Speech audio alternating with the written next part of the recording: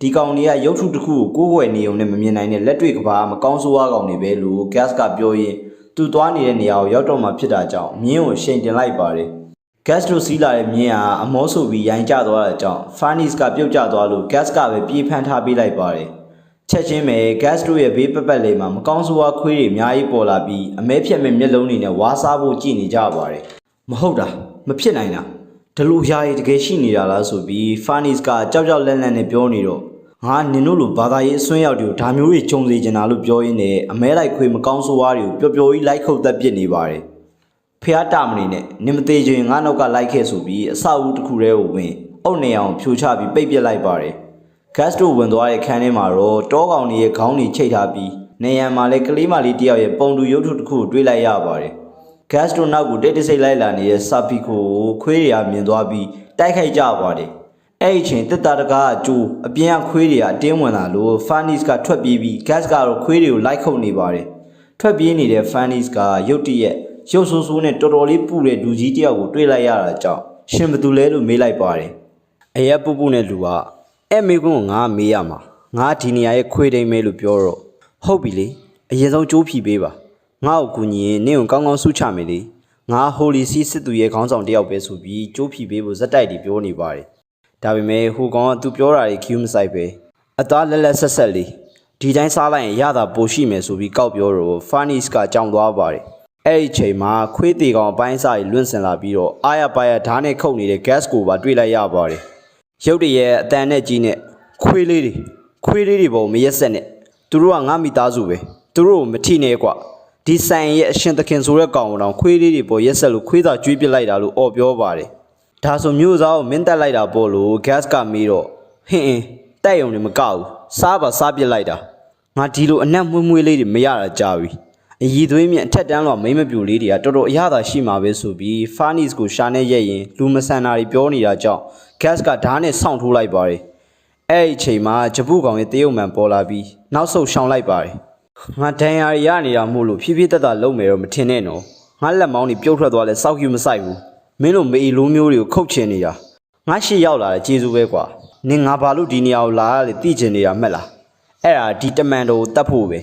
ဒီကောင်လိုမျိုးတမန်တော်တွေကိုတကောင်းမကြက်အမြင့်ဖြတ်စောက်ခွက်လိုက်ရိုက်ဖို့ကငါရည်မှန်းချက်ပဲလို့ပြောလိုက်ပါတယ်အဲ့ဒီအမှတ်အသားထွန်းခံထားရတဲ့အတွက်မင်းလည်းငါအစာဖြစ်လာမှာပဲကွာလို့တမန်တော်ကပြန်ပြောနေတော့မှ gas ကဓာတ်နဲ့ခုတ်ချလိုက်ပါတယ်ဒဏ်ရာရသွားပြီမဲ့ gas ကိုပြန်တီးလိုက်တာကြောင့်လွန့်ထွက်သွားပါတယ်အမဲလိုက်ခွေးတွေကလည်းဝင်ချတာကြောင့် gas တယောက်အာယုံများနေရပါတယ်ပြေးဝင်လာတဲ့ခွေးတိုင်းကိုဓာတ်နဲ့ထိုးထားသလို gas ရဲ့ခြေထောက်ကိုလည်းဟိုကောင်ပြန်ကိုက်ထားပါတယ်မင်းအသားကိုစားပြီးရင်အဲ့ဒီမိမရဲ့သားနဲ့ငါခရွန်းကိုတန့်ရှင်းလိုက်မယ်သူ့ရတာမမလေးလိုပဲနေမှာမမလေးတော့ကတော့အသားအရန်နူးညံ့နေပြီးပါဇက်သေးကိုစိမ့်စိမ့်ဝင်သွားတာပဲလို့ပြောမှသတိထားမိသွားပြီးနေရန်ပုံတူကိုကြည့်လိုက်မိပါတယ်ဂက်စ်ရဲ့ခြေထောက်ကိုကိုက်ထားရင်းနဲ့သွေးတွေထွက်လာတာကြောင့်မင်းခြေထောက်ကနေအရသာတွေထွက်လာနေပြီငါတို့ဆန့်ကျင်တဲ့လူသားတွေအကုန်လုံးကစားစရာပဲအသားတွေကလည်းရတာအမျိုးမျိုးရှိတယ်ငါ့ဘောကောင်းတဲ့လူတွေရဲ့အသားကနူးညံ့ပြီးချိုးမြိန်နေငါ့ကိုရုပ်ဆိုးတယ်နှိမ့်ကြတယ်လို့ပြောတဲ့သူတွေရဲ့အသားကတော့နံပြီးမာတယ်လို့ပြောနေချိန်မှာ Hey gas ဒါအစ်စ်ကြီးပဲတာရှီခံအောင်လှုပ်ထားတဲ့လူအစ်စ်ကြီးလို့ပြောရင်နတ်တငယ်လေးကထိကြည့်လိုက်တဲ့အခါမှာခွေးတင်းရဲ့ဇက်ကြောင်းကိုအာယုံထဲမှာပြန်မြင်လိုက်ရပါတယ်တခင်တွေလူတွေရဲ့အနှိမ်ခံအပေခံအဖြစ်နှိမ်ချဆက်ဆံခံရအရိုက်ခံရပြီးသူ့တခင်ရဲ့သမီးလေးကတော့သူ့ကိုဂယုဏတက်ပြီးတနာလေးရှိပါတယ်သွေးထွက်နေတဲ့ခါဒီမှာလည်းတုတ်ဖို့ပဝါလေးလာပေးတတ်ပါတယ်အဲ့လိုနှိမ်ချနေပြီးဘာမှဆုံးရှုံးစရာမရှိတော့တဲ့ဘဝကြီးကနေ God hand နေနဲ့တွေ့ပြီးမကောင်းဆိုးဝါးဖြစ်ဖို့လမ်းစဉ်ကိုရွေးချယ်ထားတယ်ဆိုတာကိုတွေ့လိုက်ရပါတယ်ဒါကြောင့်တမန်တော်ဖြစ်လာတာပါမမလေးကိုမထိနဲ့ဆိုပြီးခွေးတင်းကပြေးလာရင်အော်နေချိန်မှာ gas ကသူ့ခြေထောက်ကိုဆွဲထုတ်ပြီးဓာတ်နဲ့တပတ်လှည့်ခုတ်ရင်အခွင့်အရေးကိုပိုင်သုံးချလိုက်ပါတယ်မျက်နှာတဲတဲကိုခုတ်ခံလိုက်ရတာကြောင့်တမန်တော်ကောင်အတော်နာသွားပြီး gas ကိုအားကုန်သုံးနောက်ဆုံးတစ်ချက်ချဖို့လုပ်ပေမဲ့ gas ကမြို့သားကြီးရဲ့သမီးလေးပုံတူခန္ဓာကိုယ်နဲ့ကာလိုက်တာကြောင့်ခန္ဓာကိုယ်အစိတ်ပိုင်းတွေတစစီလွန့်ကုန်ပါတယ်ဒဏ်ရာရရပြီးမလုံနိုင်တော့ကမှခွေးတိုင်းကခံစားချက်တွေဖွင့်ဟလာပါတယ်လူတွေငါ့ကိုထင်မြင်သေးခဲ့ကြတယ်ရုပ်ဆိုးတယ်နှိမ့်ကြတယ်ဆိုပြီးတော့နှိမ်ကြတယ်မမလေးတယောက်တည်းရပဲငါ့ပေါ်ကောင်းခဲ့တာငါ့ကိုယုံကြည်ပေးခဲ့တာလို့ပြောပါတယ်ဟောဒါဆိုမင်းကအဲ့ဒါကြောင့်သူ့ကိုချီးကျူးဂုဏ်ပြုတဲ့အနေနဲ့စားလို့ကြံတဲ့တဝက်ကိုအလှဆင်ထားတာပေါ့ဟုတ်လားစောက်ခွေးအောင်အစင်တမ်းမရှိဘူးဆိုပြီး gas က crossbow ကိုပြင်ပြောလိုက်ပါတယ်ခွေးတင်းရဲ့ခေါင်းပေါ်ကို6ရောက်နဲ့နင်းစောက်ခွက်ကို crossbow နဲ့ချိန်ထားရင်င ငါတမန်တော်ကြီးတကောင်မကြံတက်ပြစ်မှာမင်းကိုကောင်းကောင်းမွန်မွန်တေခွင့်ပေးမယ်အဲ့တော့ပြောစမ်းခေါ်ဟန်တွေကိုဘယ်လိုရှာရမလဲဆိုပြီးပြောနေရင်တန်လန်းနဲ့ crossbow နဲ့နှစ်ချက်ဆင့်ပစ်လိုက်ပါတယ်မသိဘူးငါသူတို့အကြောင်းဘာမှမသိဘူးလို့ပြောတော့ gas ကထပ်ပစ်ပါတယ်ခွေးကိုကြောင်ပိတ်ရရင်တောင်ပြန်ကြိုက်တယ်လို့ပဲတမန်တော်ခွေးတင်းရလေနာကျင်လွန်းတာကြောင့်ငါမသိဘူးလို့ပြောနေရလေဆိုပြီးနောက်ဆုံးအင်အားနဲ့ပြန်ချဖို့လုပ်တာကြောင့် gas ကစောက်ခွက်တဲ့တဲ့ကို dragon slayer ဓာတ်ကြီးတဆုံးသွင်းပစ်လိုက်ပါတယ်တမန်တော်တစ်ကောင်တော့ကြွသွားပါပြီ gas အာယုံများနေတဲ့ချိန်မှာ Furnace ကအမှတ်မရှိအခွင့်ကောင်းယူပြီးထွက်ပြေးပါတယ်သူတို့စီးလာတဲ့မြင်းကိုတွေ့တာကြောင့်မြင်းစီးပြီးထွက်ပြေးမယ်ဆိုပြီးစီးဖို့အသွားမှာဟိုကောင်ကမကောင်းဆိုးဝါးကြီးဖြစ်နေပါပြီအရသာရှိတဲ့အသားပဲဆိုပြီး Furnace ကိုအလွတ်မပေးဘဲလိုက်ဖမ်းရင်ရှာနဲ့ရက်စားဖို့အရသာခံနေပါတယ် Furnace ကို rape လုပ်ဖို့ကြိုးစားတဲ့မြင်းဆိုပြီးတော့ဒီမြင်းကလည်းတော်တော်လေးနာမည်ကြီးပါတယ်အော်လန်ကြားလို့နောက်ကလိုက်လာတဲ့ gas ကအဲ့ပုံစံအနေထားကြီးကိုမြင်ပြီး trauma ကြောင့်စောက်ရန်ဒေါသတွေထွက်သွားပြီးမြင်းကိုလဲဖြတ်ပစ်လိုက်ပါတယ်နင်မသေးခြင်းအဲ့လိုရှောက်မပြေးနဲ့ဆိုပြီး Furnace ကိုလည်းဟောက်လိုက်ပါတယ်သူ့အပြစ်နဲ့သူမို့ Furnace လည်းငင်ငင်လေးနောက်ကလိုက်လာနေရင်ခေါင်းထဲမှာတော့တွေးတွေများနေပါတယ်ငါကြောက်လန့်ပြီးလန့်ပြေးနေုံပဲရှိတာဘာမှလည်းမလုပ်နိုင်ဘူးတကယ်အရေးကြုံလာတော့ဖះသခင်ကိုတော့မတနိုင်ခဲ့ဘူးဒါနဲ့မြန်ငါ့ကောင်ကသာသနာစစ်တီတော်လို့ခံယူထားသေးရဲ့ရှက်လိုက်တာဆိုပြီးဝမ်းနဲ့အားငယ်စိတ်ကိုအပြစ်တင်စိတ်တွေဝင်နေတော့မှပဲခေါင်းထဲကစကားတန်တွေကြားလိုက်ရပါတယ်အားနွယ်တဲ့မိမသားဖြစ်နေုံနဲ့အပြစ်ကင်းပြီလားစကလုံးလှလှလေးနဲ့ကိုနှစ်သိမ့်မနေစမ်းပါနဲ့နဲ့မှလျှို့ဝဲဆန္ဒတစ်ခုရှိနေတယ်အဲ့လူကိုရိုက်တုံးကနင်ညစ်နွမ်းတဲ့တနာကိုခံစားမိနေခဲ့တာဒါတင်မကဘူးအပြစ်ကြေအောင်ကိုကြောကိုကြာပွတ်နဲ့ရိုက်နေတော့မှတောင်အဲ့ဒီတောကဝေဒနာထဲမှာတာယာနေလိုက်သေးတယ်နှစ်စိတ်ထဲမှာဘာဖះသခင်မှမရှိဘူးကြီးထွားလာနေတဲ့အဲ့ဒီတနာဆန္ဒပဲရှိရဆိုတော့မကောင်းဆိုးဝါးရဲ့ဖျားယောင်းမှုတွေကြောင့် Furnace ရဲ့လက်ကကျိုးတွေကပြီးကျသွားပြီးသူ့အဝတ်ကိုလည်းကိုယ်တိုင်ချွတ်ပစ်လိုက်ပါတယ် gas လို့ခေါ်လိုက်ရင်းနဲ့ဖြည်းဖြည်းချင်းတွန်းလှဲပြီးတက်ခွာပါတယ်လေဘင်းတွေကိုပါရှာနဲ့လာရက်နေတာကြောင့်မင်းဘာကြီးလုံနေရလဲဆိုပြီး gas ကနားမလည်နိုင်ဖြစ်နေပါတယ်ပြီးတော့ Furnace က gas ရဲ့ဓားသွားပုံခွာထိုင်လိုက်ပြီးတော့ gas ရဲ့လေဘင်းကိုလည်းကျိုးနဲ့ရက်လိုက်ပါတယ်ဒီတော့မှအခြေအနေကိုသဘောပေါက်သွားပြီးမင်းကိုယ်ရဲ့ဝင်ပူးကွင်ပေးလိုက်တယ်ပေါ့လို့ gas ကပြောလိုက်ပါတယ်ခန္ဓာကိုယ်ခုခံအားကျနေချိန်ဒီမှာဘက်တီးရီးယားတွေ virus တွေကခန္ဓာကိုယ်ရဲ့ဝင်လာနိုင်တယ်လို့ပဲအခုလိုစိတ်သက်ကျနေချိန်အပြစ်ရှိတယ်ကိုမကောင်းတဲ့သူဖြစ်နေတယ်လို့ခံစားနေရချိန်မှာလေမကောင်းဆိုးဝါးဝိညာဉ်တွေကခန္ဓာကိုယ်ရဲ့ပူးကပ်လာပြီးတော့မကောင်းတာတွေလုံးမိအောင်တိုက်တွန်းနှိုးဆော်တတ်တဲ့သဘောပါပဲဒါကနားမလည်မှဆိုလို့ရောက်ဖားတို့ကိုပြန်ရှင်းပြတာပါဆက်လန်းကိုပြန်ဆက်ရရင် Furnace ကဓားသွားပုံကိုတက်ထိုင်ထားရင်ဒီဓားကိုဖြည်းဖြည်းလေးဆွဲလိုက်ဒီတာယာမှုကိုရှင်းနဲ့ကျမအထူးထူးခံစားလိုက်ရအောင်ကျမကိုဖြည်းဖြည်းချင်းဆုပ်ဖြဲပစ်လိုက်ဆိုပြီးပြောနေတော့မှနေထွက်လာတာကြောင့်မကောင်းဆိုးဝါးဆက်မနေနိုင်တော့ပဲထွက်သွားပါတယ်တကယ်သာဓာကြီးကိုဆွဲလိုက်ရင်တော့ Furnace တယောက်တော်တော်မသက်သာပါဘူးကျွန်တော်တော့တွေးကြည့်ရင်ကြောချမ်းမိပါတယ်အသိစိတ်ပြန်ကပ်လာတဲ့ Furnace ကအရန်ရှက်ပြီးអော်နေပါတယ်အဲ့ဒီချိန်မှာဆာပီကိုလည်းရောက်လာပြီး Furnace ကိုသူ့အဝတ်နဲ့အရှက်လုံးအောင်အုပ်ထားပေးလိုက်ပါတယ် Furnace ကတော့တက်လိုက်အဲ့ဒီလူကိုတက်ပစ်လိုက်အခုချက်ချင်းဒီနေရာမှာတက်လိုက်ဆိုပြီး gas ကိုတက်ဖို့ဆာပီကိုအတင်းအမိတ်နေပေးနေပါတယ်စိတ်လျှော့ပါတက်မှုဘာတွေဖြစ်ခဲ့မှန်းမသိပေမဲ့ကျွန်တော်တို့ရဲ့တာဝန်သူ့ကိုဖမ်းဖို့လေတက်ဖို့မဟုတ်ဘူးပြီးတော့ပုံမလင်းလင်းပြောရရင်ကျွန်တော်သူ့ကိုလည်းမတတ်နိုင်ဘူးလေသူကရမ်းချမ်းနေကျွန်တော်မနိုင်ဘူးဆိုပြီးစကားများနေတာကြောင့်ပါပိတ်ရိုက်ပြီးငိုရင်းထွက်သွားပါတယ်ခမကျုပ်တို့တက်မှုကိုငိုအောင်လှုပ်လိုက်ပြန်ပြီနော်ကဲပါသွားတော့မေဗျာနောက်မှတွေ့ကြမယ်ဆိုပြီးနှုတ်ဆက်ရင်ရုတ်တရက်ဓာတ်နဲ့ gas ကိုအလစ်ချပြီးမယ်စောက်ဘောမဟုတ်တာကြောင့်ရှောင်းရင်းနဲ့ gas ကလည်းပြန်ခုတ်လိုက်ပါတယ်ဆာပီကိုကကလိန်ကကြစ်ချတဲ့ကောင်ဖြစ်တာကြောင့် gas ရဲ့ပါးမှာတော့ချစ်ရထင်သွားပြီးမင်းကဘယ်ဆိုးလို့လဲကောင်လေးဆိုပြီး gas ကချီးကျူးလိုက်ပါတယ်ဆာပီကိုကတော့နှုတ်ဆက်ရင်းနဲ့ Furnace နောက်ကိုလိုက်သွားပါတယ်တက်ရမယ်သူ့ကိုတက်ရမယ်ငါရအောင်တက်မယ်ဆိုပြီး Furnace က gas ကိုတက်ဖို့ကြုံးဝါးနေပါတယ်ကျွန်တော်ရဲ့ဗီဒီယိုတွေကိုသဘောကျတယ်ဆိုရင် channel ကို subscribe လုပ်ပေးသွားကြပါဦးမင်းလန်းပြည်သူပြည်သားတွေကတော့ထူးဆန်းတဲ့အိမ်မက်တစ်ခုကိုအားလုံးအတူတူမက်နေကြပါတယ်ယောဂဘယ်အကြောင်းတေချေကုန်တဲ့ရွာတွေစစ်တပ်ကြီးကြီးကျူးကျော်ခံရတဲ့နိုင်ငံတွေငလျင်တန်ကြောင့်ပျက်စီးသွားတဲ့မြို့တွေလှိုင်းကြီးတွေဝါမျိုးခံရတဲ့မြို့တွေခြေဦး100လျှောက်သွားရင်စာလောင်နေတဲ့လူအုပ်ကြီးတွေစသဖြင့်သူတို့ကဘာကြီးရဲ့ဆုတ်ကပ်အမျိုးမျိုးဘေးဒုက္ခအမျိုးမျိုးကိုမြင်တွေ့နေကြရပါတယ်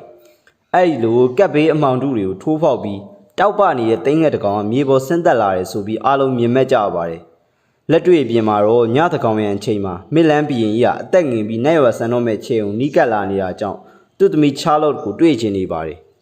ဘ ရင်နဲ့တွေ့ဖို့အတွက်ချားလော့ကိုလာခေါ်တော့9ရက်လုံးအခန်းအောင်နေပြီးတကားဖွင့်မပေးကြောင်းသူ့သဘောအကျဆုံးရန်ရွေတော်တယောက်ကိုပဲဝင်ခွင့်ပေးထားကြောင်းကိုအခြားရန်ရွေတော်တွေကပြောပြကြပါတယ်ချားလော့ကဖေးသေးတော့မှအောင်မသိပဲအဲ့ရပေါ်လှဲပြီး graphic ကိုလွမ်းလင်တာယူနေတာပါမင်းသမီးလေးအရှင်မင်းမြတ်ရေးပေါ်အခြေအနေရောက်နေပါပြီလို့ပြောမှမျက်လုံးပြူးသွားပြီမဲ့မမီတော့ပါဘူးဘိုးတော်ကတော့ရှော့သွားပါပြီတိုင်းသူပြည်သားတွေလည်းဝမ်းနေနေကြပါတယ်ဂတ်ကာကိုလူတွေဝိုင်းဖမ်းပြီးမိရှို့တက်ပစ်နေကြတဲ့အမြင်အာရုံနဲ့အတူဂတ်တယောက်အိပ်ပျော်ရာကနေလန့်နူးလာပါတယ်ဂတ်ကာတစ်ခုခုဖြစ်တော့မှလားဆိုပြီးဂတ်တယောက်စိတ်ပူနေမိပါတယ်အရီကာဆိုတဲ့ကလေးမလေးဟာထင်းရှာနေရင်ရုတ်တရက်ဂတ်ကိုတွေ့လိုက်ရလို့အံ့ဩဝမ်းသာပြီးရစ်ကက်ရှိရာစီကိုခေါ်လာပါတယ်Eclipse ပြီးရဲ့နောက်မှာ Gas က Casca ကို Ricket တို့နဲ့ထားခဲ့ပြီးတော့လက်စားချေဖို့ထွက်လာခဲ့တာဖြစ်ပါတယ်။အခုတော့ Casca ကိုစိတ်ပူလို့ပြန်လာတာပါ။မင်းကြီးလာတာပဲ Ricket ဆိုပြီးနှုတ်ဆက်လိုက်တော့ Gas မင်းအသက်ရှင်နေသေးတာပဲ။ဘယ်ကိုရောက်ပြီးဘာတွေလုပ်နေရလဲဆိုပြီးမေးခွန်းတွေဇက်တိုက်မေးပါတယ်။အဲ့ဒါကြီးခဏထားလိုက်အောင် Ricket ။ Casca ရှိလား။သူမဗမာလဲဆိုပြီးမေးတော့ Ricket မျက်နှာပြတ်သွားပါတယ်။ Casca မရှိတော့ဘူး။ဘာပြောရလဲ Ricket ။ဘယ်ချိန်ကလေးကပျောက်သွားရလဲဆိုပြီးဂတ်ကစိတ်ပူပြီးအတင်းမေးတော့ကလေးမလေးကထငိုပြီးသမီးအမားပါအခွင့်မာသေးရေတူတူကောက်ဖို့ခေါ်သွားရင်သတိမထားမိလိုက်ချိန်မှာပဲအမဂတ်ကပျောက်သွားတာလို့ပြောလိုက်ပါတယ်ဂတ်ကပျောက်နေတာတစ်လလောက်ရှိပြီသူမိုင်းတွင်းထဲမှာနေပြီးအစာလဲတိတ်မစားပိန်လီမိုင်းတွေနေလို့အရီခါကတနာပြီးအပြင်ခေါ်သွားရင်းနဲ့ပျောက်သွားတာဒါဆိုမင်းကဒီမှာဘာလုပ်နေရလဲရစ်ကတ်ဂတ်ကိုသွားရှာနေရမှာလीကွာဆိုပြီးဂတ်ကအော်တော့ကိုကြီးဂတ်ကမတရားဘူးသူကကြမမကတ်စကာကိုပြစ်ပြီး2နှစ်လောက်ထွက်သွားပြီးတော့ရစ်ကတ်ဘယ်လိုခံစားနေရမလဲဆိုတာကိုသိရလားသူတစ်ခေါက်ပြီးတစ်ခေါက်သွားရှာခဲ့တယ်ရစ်ကတ်ကမရှာဘဲနေမလားလို့ကလေးမလေးကငိုရင်းပြောပါတယ်ငါထွက်သွားပြီးလိုက်ရှာလို့မဖြစ်တဲ့အကြောင်းရင်းရှိသေးတယ်ဆိုပြီးဂတ်ကိုအပေါ်ထဲတက်ဖို့အတွက်ရစ်ကတ်ကအချက်ပြလိုက်ပါတယ်ကိုတို့ခမယောဂရနေရလားလို့ဂတ်ကမေးတော့မဟုတ်ပါဘူးကွာအသက်ကြီးလာလို့ဇရာပြဿနာရှာနေရပါမင်းရဲ့ဓာတ်နဲ့လက်အတူကိုပြစမ်းဆိုပြီးတော့တေချာစစ်ဆေးကြည့်နေပါတယ်ဒီဂိုရိုဆိုတဲ့အဖိုးကြီးက Crash ရဲ့ Dragon Slayer ဆော့ကိုတွန်းလုပ်ပေးခဲ့တဲ့လူပါလွန်ခဲ့တဲ့2နှစ်က Ricket ငါတကားဝါကိုရောက်လာတော့မင်းတကူလုံးမှာဒဏ်ရာတွေဆူဆူဝါဝါအပြည့်ပဲဘာတွေဖြစ်ခဲ့လဲဆိုတာတော့ငါမသိဘူးမင်းနောက်ကိုအဲ့မကောင်းဆိုးဝါလိုက်လာပုံအရတော့တော်တော်ဆိုးတဲ့တိုက်ပွဲကိုမင်းတိုက်ခဲ့ရတာပဲမင်းလက်စားချီပြီးသွေးကြွေးရဆက်မလို့လားတိုက်ပွဲစီကိုမင်းပြေးသွားနေရလို့မထင်ဘူးလားအမုန်းတရားဆိုတာပူဆွေးတောကောက်ကိုရေမဆိုင်နိုင်ရာကနေပြောင်းလဲသွားတဲ့အရာပဲလက်စားချီရဲဆိုတာသွေးစွန်းနေတဲ့တန်ကြီးတက်နေတဲ့ဓာတ်ကိုသွေးရိုင်ထဲမှာထပ်သွေးနေတယ်လို့ပဲသွေးလေတန်ကြီးတက်လေနဲ့သွေးပြီးရင်သွေးနေရတာနောက်ဆုံးတော့အမှုံမှုံညံ့ညံ့ကြည်နေတဲ့တန်ကြီးမုံတွေပဲကြံခဲ့တာဆိုပြီးဂတ်ရဲ့အခြေအနေကိုခဲခတ်မိရဲ့ဂူရူကလက်စားမချေဖို့အမုံမပွားဖို့အတွက်ဖြောင်းပြနေပါတယ်နားမလဲပါဘူးခမရနားမလဲပါဘူးခမရမှမဟုတ်ဘူးဘယ်သူမှဘယ်လူသားမှဘာဖြစ်ခဲ့လဲဆိုတော့နားမလဲဘူးအကုန်သေးကုန်တာတယောက်မကြံအကြောင်းရင်းမရှိသတိပေးခြင်းမရှိတရားမျှတမှုမရှိပဲပိုးမွားလေးတွေလိုဘာမှမသိပဲတည်ခဲ့ကြရတာအဲ့ဒီအခိုက်အတန့်လေးမှာကျုပ်တို့အစားထိုးမရတဲ့သူတွေတည်ခဲ့ကြရတာအဲ့ဒီစားထိုးမရတဲ့သူတွေကိုပဲမင်းကမင်းခြံထားခဲ့ပြီးထွက်သွားသေးရဲ့မလားကတ်စကာကိုတောင်အခုထားခဲ့ပြီးမင်းထွက်သွားသေးရပဲမင်းကကိုပူလောင်အမုန်းတရားတွေနဲ့မိရှုနေတဲ့သူတယောက်ပဲဆိုပြီးဂိုရိုရဲ့စကားတွေကဂတ်ကိုအတွေးတွေများစေတဲ့အထိတုံလှုပ်စေတဲ့အထိစူးရှနေပါတယ်အရီခါနဲ့ရစ်ကတ်တို့ဟာဂတ်ကိုနေရာတစ်ခုစီခေါ်လာပါတယ်ရစ်ကတ်ကသူလှုပ်ထားတဲ့ဓာတ်တွေနဲ့သိငတ်ဖွဲ့သားတွေအတွက်အမှတ်တရဂူသင်းချိုင်းတစ်ခုလုပ်ပေးထားတာပါအမုန်းတရားကိုကြော်လွှားပြီးဆုံးရှုံးမှုကိုလက်ခံနိုင်တဲ့ရစ်ကတ်ကိုဂတ်တယောက်စိတ်ထဲမှာချီးကျူးမိနေပါတယ်ညအိတ်ချိန်မှာဂိုရိုရဲ့ပြောစကားအတိုင်းအမုန်းတရားတွေကိုကြော်လွှားပြီးလက်စားမချေပဲနေနိုင်မလားလို့စဉ်းစားကြည့်နေပေမဲ့ Eclipse နဲ့ကတ်စကာရဲ့ပုံရိပ်တွေကိုပြန်မြင်ပြီးတော့အမုန်းတရားတွေဒေါသတွေကပိုပြီးတာများလာပါတယ်မရဘူးမဖြစ်နိုင်ဘူးဒီရင်ဘတ်ထဲကအမုန်းတရားတွေကိုငါဘယ်တော့မှညှိနိုင်မှာမဟုတ်ဘူးဒီအမုန်းတရားတွေနဲ့ငါရန်သူတွေကိုငါရအောင်တတ်မယ်သူတို့ကိုမုန်းမိတော့တွေဝါမြူစေရမယ်ဆိုပြီးရေရွက်နေတော့မှပဲဘေးနားကနေအမှောင်ဝိညာဉ်တစ်ကောင်ပေါ်လာပြီးဆက်တာတက်နေအကုန်လုံးကိုတက်ပစ်သွေးရည်နဲ့ရေဆက်ချိုးနေရမယ်ဆိုပြီးလာတိုက်တွင်းတဲ့အာယုံတစ်ခုကိုခံစားလိုက်ရပါတယ်အတွေးတွေများနေတဲ့ gas တရားကိုမတ်တက်ထရက်လိုက်ပြီး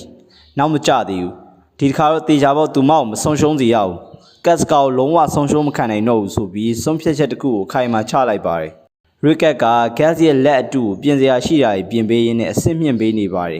်အဲ့ဒီချိန်ဂိုရိုဆင်းလာပြီးပပဲထုဖို့ပြင်တာကြောင့်ရစ်ကတ်ကကျမ်းမာရေးမကောင်းမမလုပ်ပါနဲ့ကျွန်တော်လုပ်လိုက်ပါမယ်ဆိုပြီးတားပါတယ်ဂိုရိုကတော့နားမထောင်ပဲအရီကာကိုငါအစားဆောက်ရှောက်ပေးပါရစ်ကတ် သူကငါသမီးအရင်မဟုတ်ပေမဲ့ဗဘဲထုဖို့ပဲတည်တယ်ငါ့ကိုလူပီသားတဲ့လူတစ်ယောက်ဖြစ်အောင်လုပ်ပေးခဲ့တာလို့ပြောရင်းနဲ့ Gas ရဲ့ Dragon Slayer ဓာကြီးကိုတန်ပူရဲရဲတဲ့ကိုထည့်ပြီးထုပါတော့တယ်မနဲ့လင်းတဲ့အခါမှာတော့ပိုကောင်းအောင်မွမ်းမံထားတယ်ဒါ crossbow ရမ်းမုံနေနဲ့တန်ချက်ကအစ်စ်ကိုပါဝေ့ရင်မြင့်မြတ်နေမည်ဆိုတော့ဘယ်နားမှာရှိတာလဲလို့ Ricket ကိုမေးလိုက်ပါတယ်ဒီကနေ3ရက်ခီးလောက်သွားရင် Albion ဆိုတဲ့ဖုန်းကြီးကျောင်းတစ်ခုကိုရောက်မှာဖြစ်ကြောင်းအဲ့မှာဒုက္ခတွေအတော်များများရှိနေကြောင်း Ricket ကသူသိသလောက်ပြောရင် Casca ကိုတွေ့အောင်ရှာပြီးဒီကိုပြန်လာခဲ့ဖို့ Gas ကိုမနေပါတယ် Gas လည်းအဖိုးကြီးကိုရိုနဲ့ Ricket တို့ကိုနှုတ်ဆက်ရင်းနဲ့ထွက်လာခဲ့ပါပြီ Holly C ရဲ့တန်ကြိုးစစ်တီတပ်ဖွဲ့ကြီးဟာမြင့်မြတ်နေမီ Albion ဖုန်းကြီးကျောင်းစီကိုတာဝန်ထမ်းဆောင်ဖို့အတွက်ချီတက်လာနေကြပါတယ် Farnies ကတော့ Gas နဲ့တော့အဖြစ်ပြက်တွေကြောင့်စိတ်အာရုံတွေခြောက်ချပြီးအဆက်ကြီးရှက်နေမိပါတယ်တပ်ဖွဲ့နဲ့တူပါလာတာကတော့အေယာမလှဲတစည်းဖြစ်ပြီးအထဲမှာတော့နာမည်ဆိုးနဲ့ကြော်ကြားတဲ့စစ်စေးမင်းမြန်းသူအကြီးအကဲ Morgas ပါလာပါတယ်ဒိဋ္ဌိတွေကိုလှဲပိန်းတက်တစိုးထိုးရေစက်ချနှိပ်စက်တိုင်မာချီပြီးမီးရှို့စတဲ့နီးမျိုးစုံနဲ့နှိပ်စက်ပြီးတော့လူ900ကျော်ကိုကွပ်မြစ်ဖို့အတွက်လွယ်လွယ်နဲ့စီရင်ချက်ချခဲ့တဲ့သူပဲဆိုပြီးအားလုံးကတီတိုဝိုင်းပြောနေကြပါတယ်အဲ့ဒီချိန်ကြောက်ကဘာပေါ်မှာအသင်းဆောင်နေတဲ့ရက်သားတွေကအလစ်ဝင်တိုက်ခိုက်ကြပါတယ်သူတို့တွေကတော့မှားပြီးစီရင်ချက်ချခံရတဲ့အသက်ခံရတဲ့လူတွေရဲ့မိသားစုဝင်တွေဖြစ်ပြီး Morgas ကိုအညိုးကြီးညိုးနေကြပါတယ်အလုံးရင်းနဲ့ဇွတ်ဝင်တာကြောင့်စစ်သားတွေကိုကြော်လှဲတကားကိုဖွင့်လိုက်နိုင်ပေမဲ့ရုတ်တရက်လက်နက်မျိုးစုံပေါ်လာပြီးရဲဆက်ဆက်တိုက်ခိုက်တာကိုခံလိုက်ကြရပါတယ်တကယ်ကိုရဲဆက်ဆက်တိုက်ခိုက်ခံလိုက်ရတာပါ Farnies ကတော့ Morgas ကိုပြေးသွားပြီးအစင်ပြေလားမင်းရင်းနဲ့မကာကွယ်နိုင်လိုက်လို့တောင်းပန်နေပါတယ်ထပါ Farnies ဖျားသခင်ရဲ့ဂိယူနာတို့ကြောင့်ကျုပ်ဘာမှမဖြစ်ပါဘူးဖျားသခင်ရဲ့ကျေးဇူးတော်ကိုသာတက်ဝင်ယုံကြည်ပါလို့ပြောရင်းနဲ့သူ့ကိုလာတိုက်ခိုက်တဲ့သူတွေကိုဘာကြောင့်တလူလုပ်ရတာလဲဆိုပြီးမေးပါတယ်မင်းကရွာကိုမီးရှို့ပြီးရွာသားတွေအားလုံးကိုတတ်ခဲ့တယ်ငါတို့တွေငတ်မွတ်ခေါင်ပါပြီးစားစရာမရှိလို့တတ်တမိတာအခွင့်ကိုဆိုင်းငံ့ပေးပါလို့ပဲတောင်းဆိုခဲ့ကြတာဒါပေမဲ့ငါတို့ပြောတော့မင်းတို့ကနည်းနည်းမှနားမထောင်ခဲ့ဘူး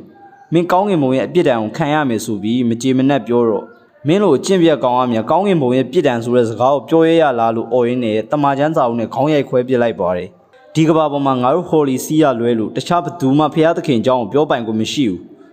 တက်မူ Farnies သူတို့ကိုဘလို့ပြစ်ဒဏ်မျိုးချတင်လဲဘုံတော်ကြီးကိုတတ်ဖို့ကြံတဲ့သူတွေကိုမိရှို့တတ်ရင်တတ်မဟုတ်ရင်လှဲပိန်းတက်ရပါမယ်ဆိုပြီး Farnies ကလည်းစာအုပ်ကြီးအတိုင်းပြောတော့ Morgas ကသဘောကျသွားပြီးချီးကျူးလိုက်ပါတယ်ပြီးတာနဲ့တရခန်တွေအားလုံးကိုလှဲပိန်းတက်ဖို့အတွက်စီရင်ချက်ချရင်းနဲ့ရဲဆက်ဆက်တက်ပြစ်လိုက်ကြပါတယ်